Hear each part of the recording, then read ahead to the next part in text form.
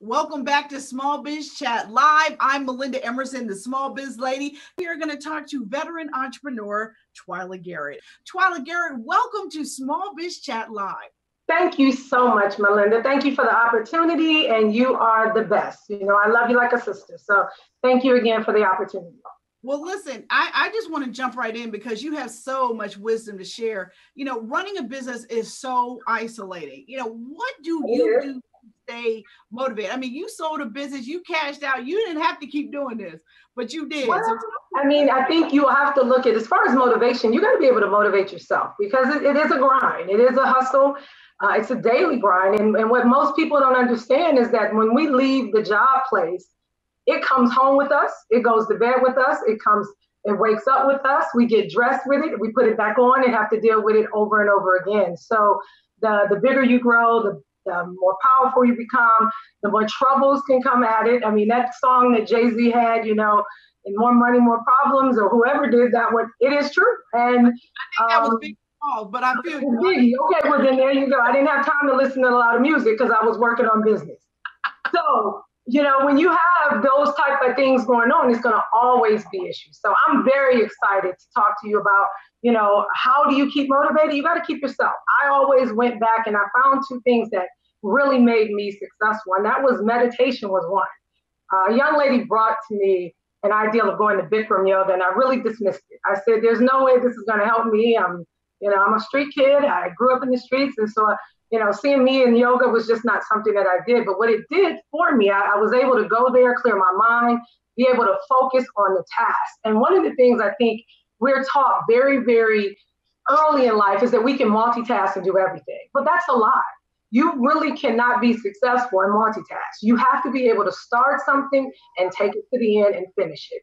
And so those are the things that kept me motivated. As much as I wanted to have 50 things on my plate, I also wanted to get 50 things off my plate. And knowing how to do that was to be able to strategically move forward and take one task at a time, one business at a time, and move those forward. Once I got them forward, then I can go on to the next one. So being able to understand that you're going to have down moments, you're going to have disappointments, possibly depression, you're going to be elated, you're going to have great moments.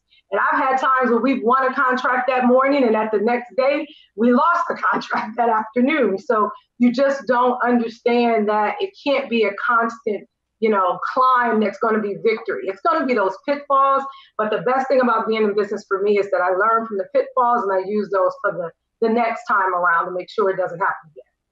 Now you've run businesses for a long time. How important are relationships to business success?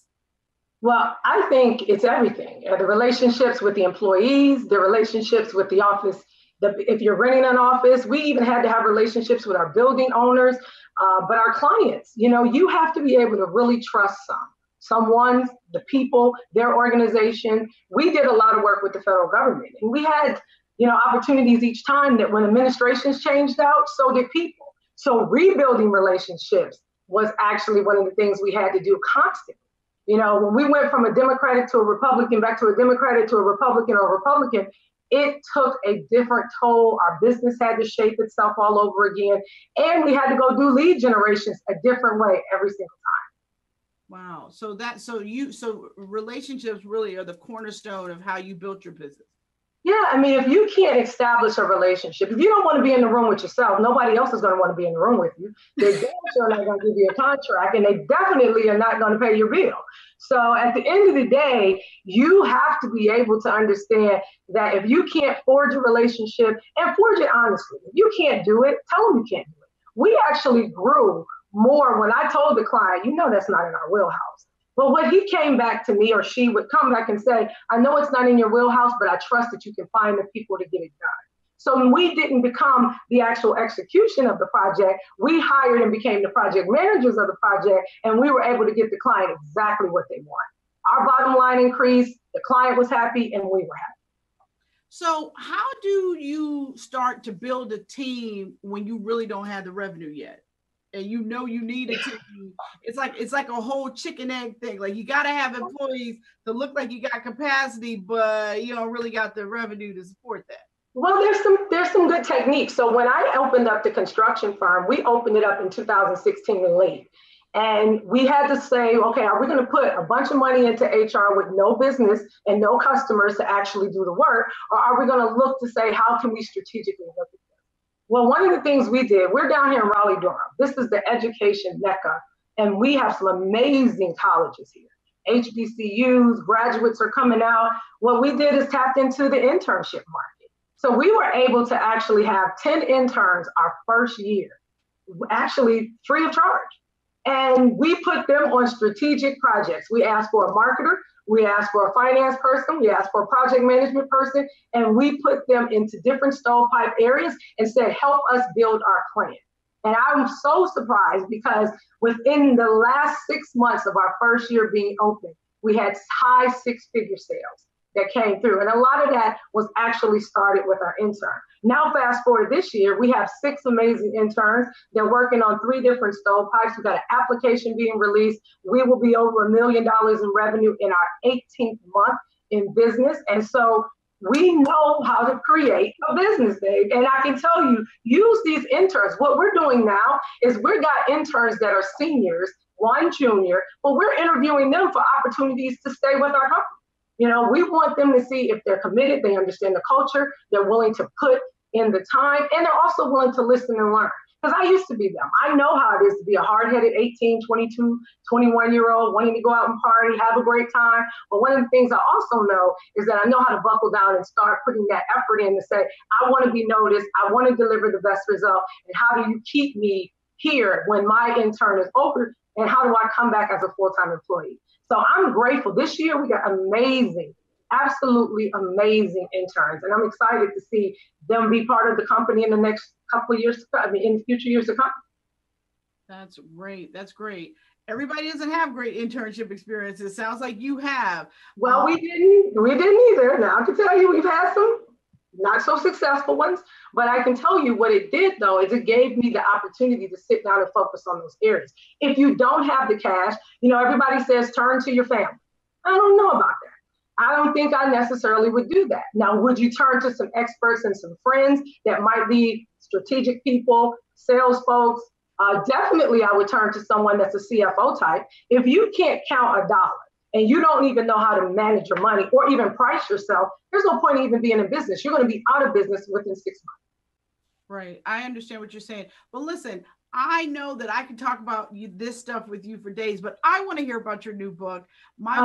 Words. Tell us about the you know, what made you want to write it and what is it that you're trying to teach with your new book? Well, it's a motivational book. People always ask, and some people say, well, Twyla, you must have had a silver spoon in your mouth. And that was actually the opposite. I was taken from my mother at a very young age. I was brought over to my father, who I really didn't know well, and at 14 and moved forward. But in the midst of that, you know, I was abused by my mom, both physically and mentally. I was raped as a young woman, and it just was a tragic situation. And then I had no hope to go to college. I actually got money from a teacher to actually take my exams for SAT and ACT. So when people always say, woe is me, you know, you always have to sometimes look at this. My mom's last words to me before I got taken away is that I wouldn't amount to anything and I wouldn't be anything but broke and on welfare. And she would never speak to me again. And she took that to her grave. She died in 2012. Once she took that to her grave, I thought I would sit back and write this book to just reflect and make it, you know, some mental, therapy for myself. And what I got out of this was your most negative influence in the world can be your most positive motivator. My mom was a blessing to me. If I didn't go with my dad, I don't know where I would have been. I don't know where I would have been doing and how I would have been doing it. So, you know, sometimes when people look at bad situations, they got to turn those into positive. It's about your mindset and your mental stability of how you're going to be able to move forward.